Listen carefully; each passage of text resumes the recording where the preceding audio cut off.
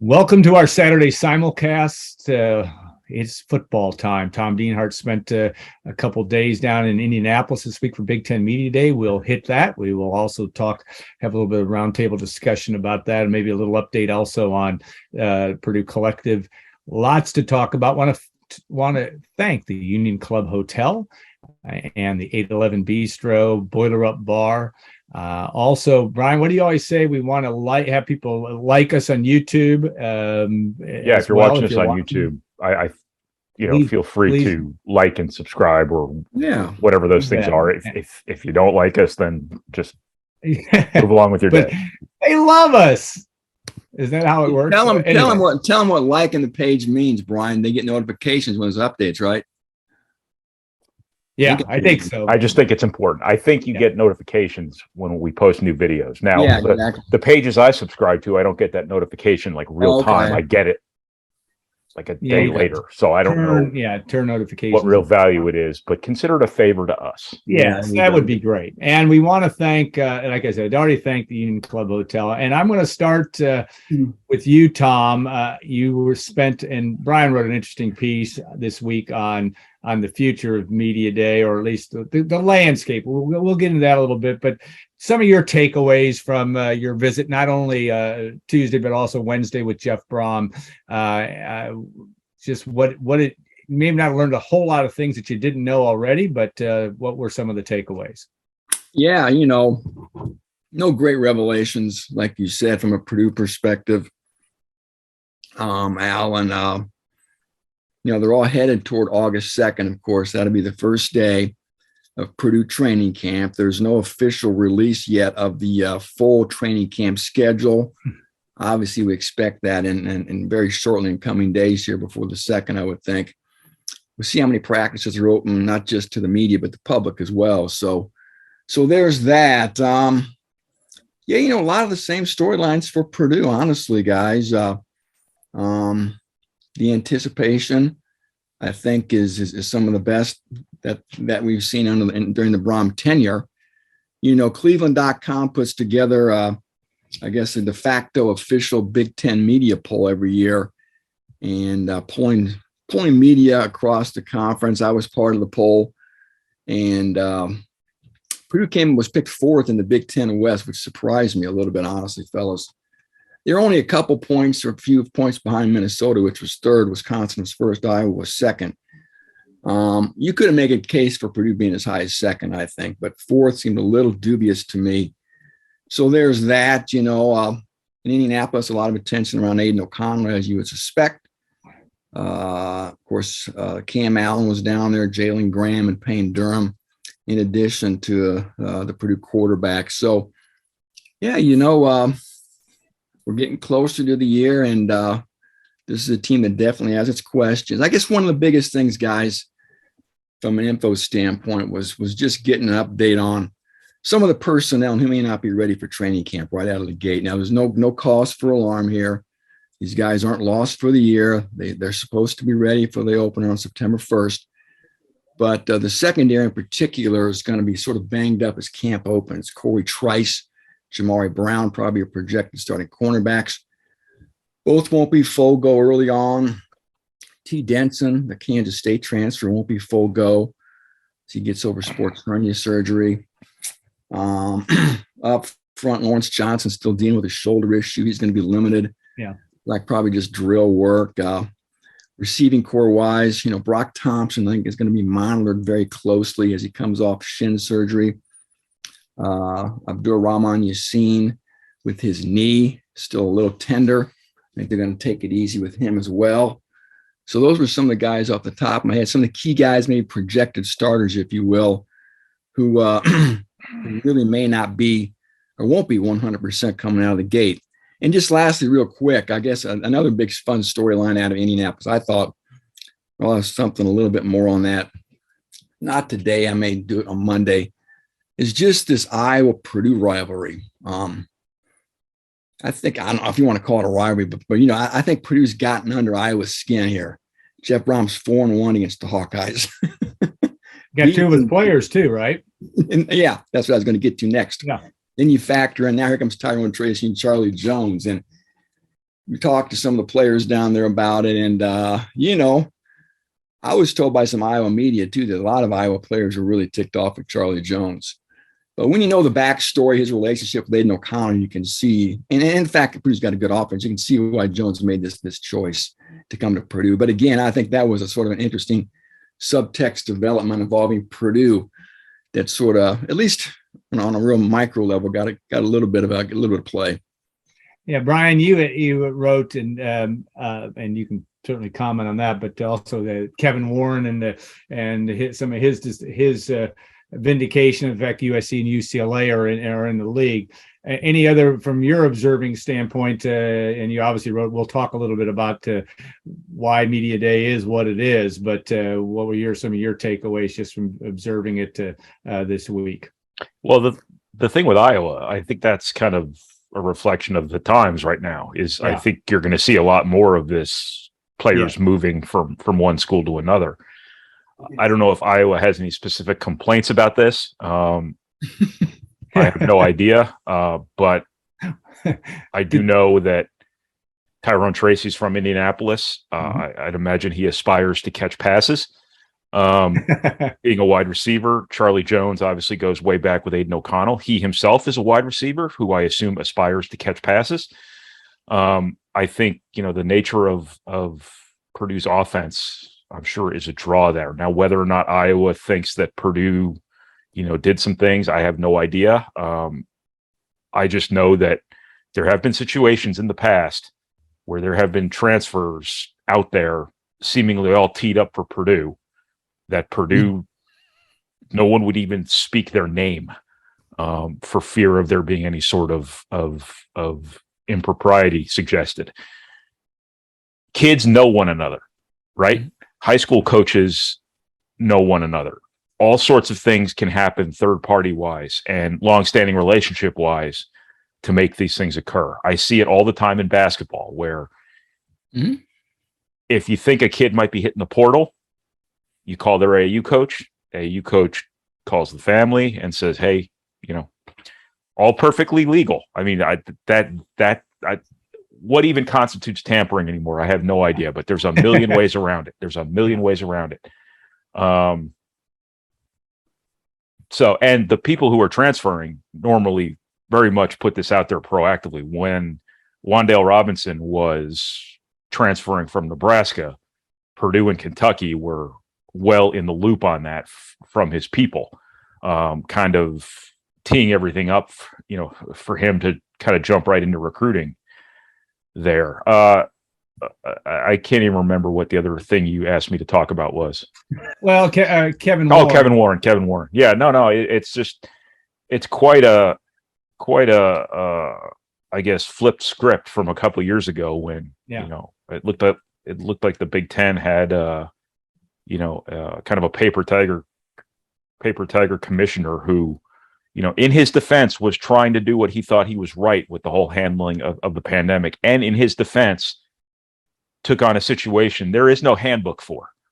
I mean, this was an unprecedented deal. I think he deserved criticism for panicking, for being naive, to not understanding the landscape, for thinking that the Big Ten was going to do this and everybody was going to fall in lockstep behind college sports moral leader. I think he deserves criticism for that. But when you look back at, then and now, where he's kind of he's orchestrated, and I understand the TV networks had a lot to do with the whole USC and UCLA thing. I understand that they were willing audiences to the Big Ten's pitch, if not driving it all together. But he has proven himself to be this sort of authority that the Big Ten so desperately needs right now, as this Cold War with the SEC advances, as the NCAA's, kind of ultimate tipping point comes. I think, the Big Ten's in capable hands here for, a position that is going to have to get some blood on his hands to get the Big Ten where the Big Ten needs to go right now, in a very much dog eat dog world. When you look at the Big Ten kind of driving that alliance, and then completely leaving the alliance laying in the gutter,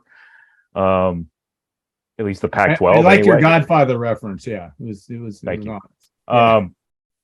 It's just there's a certain level of Jim Delaney showing up here, where Jim Delaney would have done whatever he needed to do to advance the Big Ten, and I think that you're starting to see that. I think this is an entirely different Kevin Warren than the one who looked a couple years ago like this job was way too big for him. Yeah.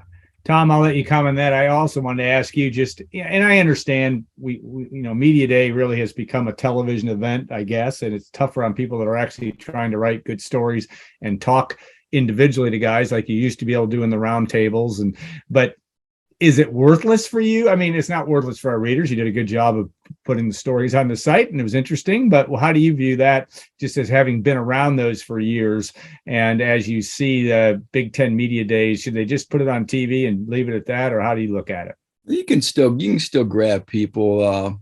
Sometimes you just have to do a little unconventional methods outside of the constructs that media provide. There's a lot of guys you want to talk the Iowa wide receivers, guys you don't know. You even then, people are walking around, they're milling around.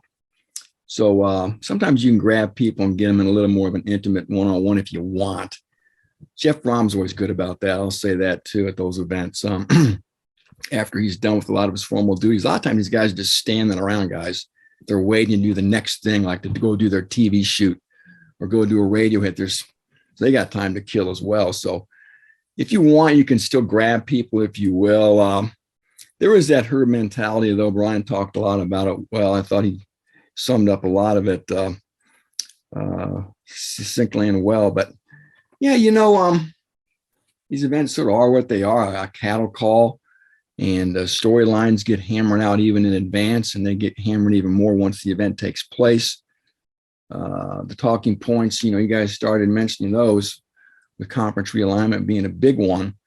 And, Kevin Warren saying that, the Big Ten may not be done expanding. I think that was a big takeaway a lot of people had. And Brian talked about, I guess, the cachet or swagger that Kevin Warren seemed to display in Indianapolis was also noted by many other people here. So, yeah, that was picked up and duly noted by a lot of folks, and they're a good way to signal that this is the start of the season, and I think there is still some benefit to having these. Honestly, guys, it'll be interesting to see how they continue to evolve over the years, though. You might be in LA next year, Tom. So, or a couple of years. I think it may be a while. They may not do that till like 2024, whenever they're coming in the league. I think, or maybe. They may wait until they actually, if they ever move the Big Ten title game out there one year. SoFi Stadium. A lot of times in basketball, they did that. I think the years they were having the tournament in New York, they had Media Day in Madison Square Garden. The same with Washington. So yeah, it's probably not going to be right around the corner. Maybe as early as 24, which probably makes sense, guys. Right? Do it the very first year those teams are coming in. To really trumpet their arrival. So again, I wouldn't be shocked to maybe in a couple of years they do it out there.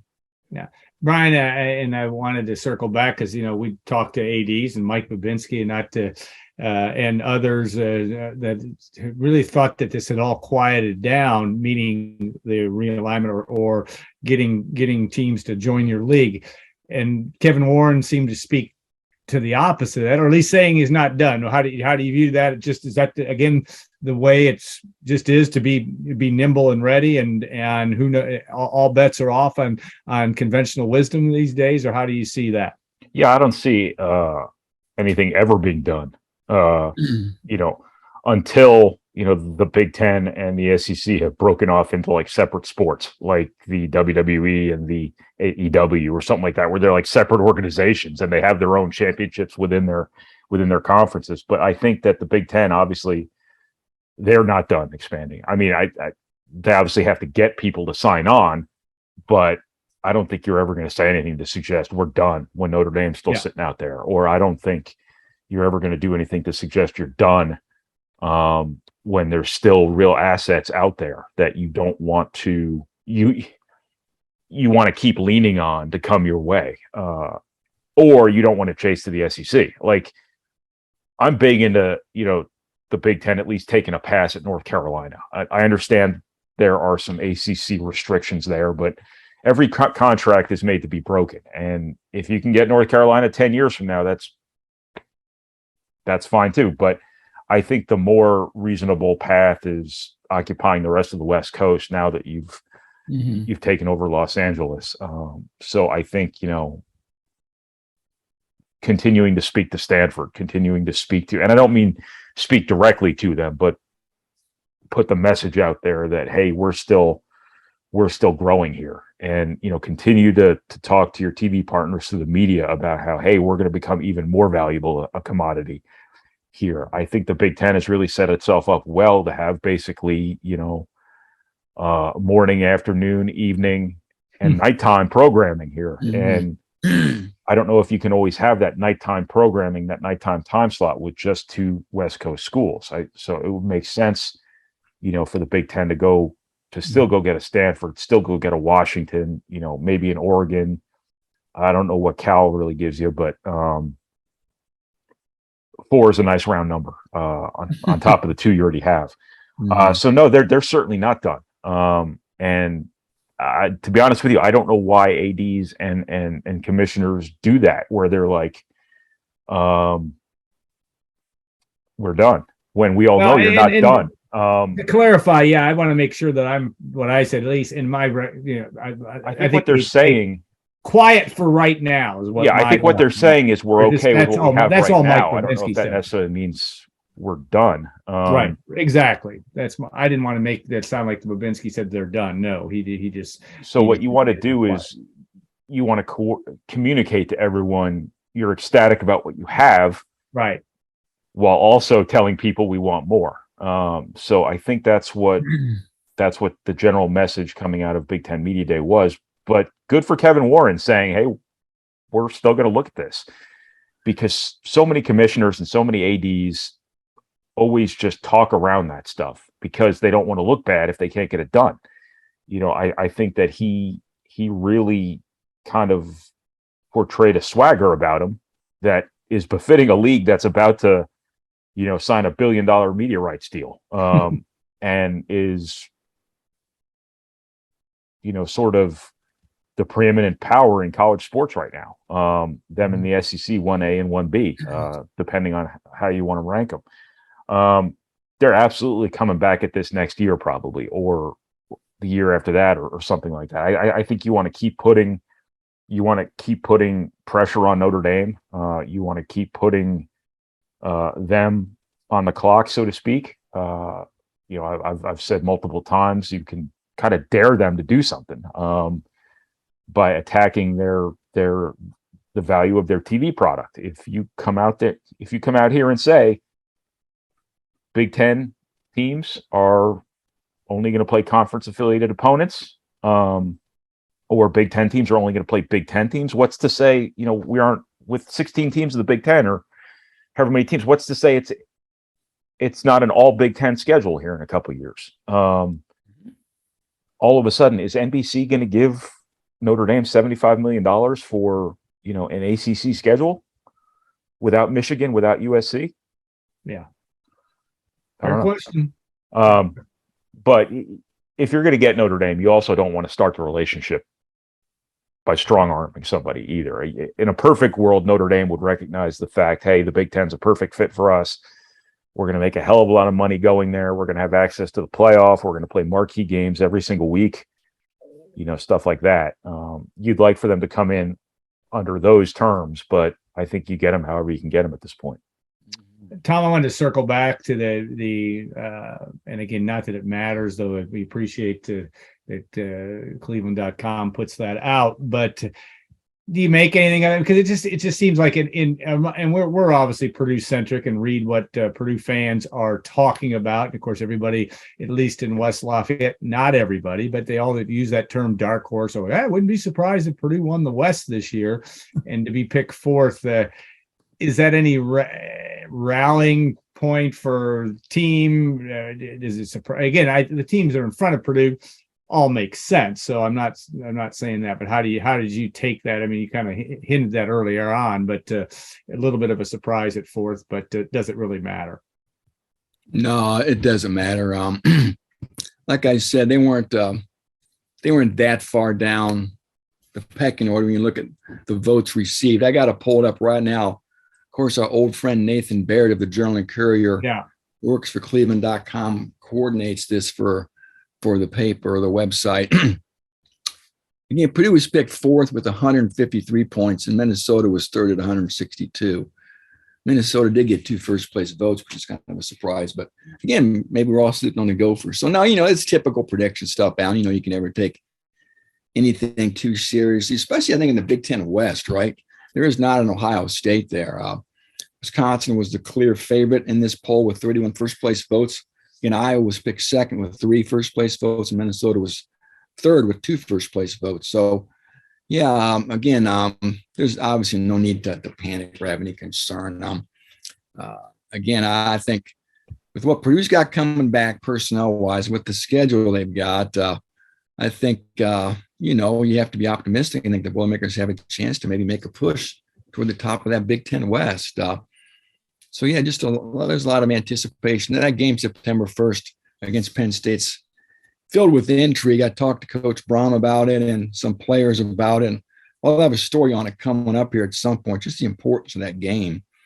And kind of looking at some other big openers in Big Ten history, too, to provide some type of context. But, again, guys, just a season with a lot of excitement and a lot of anticipation right now. Yeah. I have a point to make real quick. When those preseason polls take place, they're very often just based off of, okay, who has who back. Yeah. And I don't think Purdue's in a place yet where, you can lose George Karlaftis and David Bell and not expect people to kind of look at that and say that's a lot to lose. Mm-hmm. And when you look at what Purdue has, other than Aidan O'Connell, who's the guy where you look at Purdue's team and you say, oh, they've got him back, they're going to be really good? Is it Payne Durham? Is it Jalen Graham? I mean, that's not a lot of known commodity on paper. And it's sort of understandable that Purdue this year would, perhaps get overlooked a little bit. And we're talking like they're getting overlooked when we really don't know, how great Purdue's going to be this year. I mean, there's a lot of questions about this team. Who's catching the ball? Who's running the ball? Is the defense going to continue to, be as solid as it was last season? Kind of stuff like that. The Ohio States, the Michigans, the Wisconsins, even the Iowas have earned year-to-year benefit of the doubt. I don't know if Purdue's quite there yet. Mm-hmm. Yeah, and it's going to be the thing we'll start watching. And there are more. This is a media poll. Yeah. And there are way more people covering Minnesota, than there are Purdue. So that's a good point. The expanse of people who really know the team that they're ranking is, pretty limited. There is a big difference in that regard. Yeah. And we do know the legendary Tom Dienhart did not give Purdue a first place vote, apparently. So there we that which is your prerogative, and speaks volumes about Nebraska, because there's probably not, other than Ohio State and Michigan, there's probably not a program in the Big Ten with more people covering them than Nebraska, and they're behind Purdue. So that tells you what you need to know. That's a good point. And that surprised you. I know you said that earlier. Yeah, because Nebraska. They always win the offseason, right? And there was a lot of hype about this team throughout the winter and spring. And all the transfers too, right? I saw some people had them in like a preseason top 25s. Yeah, the transfers. I think they had 15 transfers and a couple of junior college transfers as well, and a whole new offensive staff, new coordinator, Mark Whipple. So the love they were getting was just astounding. And so I'm surprised that the buy-in didn't continue to that Cleveland.com poll, but it didn't. So, yeah, guys, not to get off on a tangent, but if there is one coach in the Big Ten on the hot seat, obviously it's Scott Frost. I don't think anybody else is really on the hot seat. Tom Allen's not on the hot seat. I don't think Michael Oxley's on the hot seat. They won a bowl game last year. He just got a contract extension. So really, it's probably just Scott Frost. And some people are surprised he came back this year, so kept his job. So this is obviously a huge year for him. And of course, they play week 0, right, over in Dublin, Ireland against Northwestern, which should be a good game. Yeah. The Frost hot seat headline potential is just delicious. Hey, do you guys think all season long it's going to be Frost and hot seat? And do you think Purdue would ever give up a home game to go play in Ireland? I don't see what they'd get out of it. Yeah, I think that game day revenue. Would that have been Northwestern's home game or? Yeah, that is Northwestern's home game. Northwestern's making money on that deal, maybe. Though it's all Big Ten games, right? When you consider their game day revenue, it's probably not. You wonder what the teams are getting, don't you? Yeah, I don't know. They have to be making the money up somehow, or else it all goes into the Big Ten pie, right? Because it is a Big Ten game, right? So it's interesting. Mm-hmm. I mean, obviously to cover expenses and all that, but yeah, I would be surprised. Over the years, I know there have been games in Tokyo and et cetera. I remember Wisconsin couple decades ago playing over there. Crazy, but it doesn't seem like that would make a lot of sense though. With Notre Dame going there, that makes a lot of sense, at least every now and then, from that standpoint. All right, and we're kind of wrapping up here, but I wanted to ask, we'll have a story, or we'll put a story up on Friday. This is Saturday, which is Aidan O'Connell's wedding day. Right? How in the world? And Brian, you both have written about. Here's a guy that's got a lot of focus. Clearly, has been able to keep his. He focuses on what he's got, but he's getting married. He's done several NIL things, which I think were part of the regular landscape for him. But interesting that, and then he'll start camp on the 2nd. If it were anybody else, I'd be concerned, but Aidan seems to have it all together. Brian, I'll let you start on that comment. Is there anything else more than? Do you have any level of concern that Aidan O'Connell's got a lot on his plate this year? Well, it's kind of a really unique convergence of events because this is. If not for the COVID year, he would be graduated and he would be starting his life, and he would be obviously he would still be getting married, and he would be going off to do whatever he's going to do next in terms of either professional football or the quote unquote real world. NIL comes along just in time for his senior year at Purdue. All the demands that come with being a star quarterback. In the off season, it's all kind of happening at once for him. And this is all something that is brand new. I mean, he didn't come up through his first 5 years at Purdue being NIL guy. He didn't. Incredible. He didn't do all this stuff. I'm sure he's had to manage his time very carefully. I'm sure he's had to prioritize a lot of things. But he has a lot of things to manage. He has a lot of things to prioritize. So he's always struck me from afar as a uniquely sort of grounded individual, extremely, focused, extremely unflinching in the face of whatever comes his way. And I mean, I wouldn't anticipate there being any issues there, but this is going to be a challenge for a lot of guys in his position in college football, in college basketball, whatever it might be, because there are going to be more demands on their time. This is a much more professional sort of environment than it was before. And there are going to be challenges involved with it. You are going to see players who come out of their junior years as stars, and they do the star circuit in the offseason, and then they turn into pumpkins because it's the nature. It's human nature, for that sort of thing to affect us sometimes. And I wouldn't anticipate Aidan O'Connell having a problem with it, but someone somewhere is.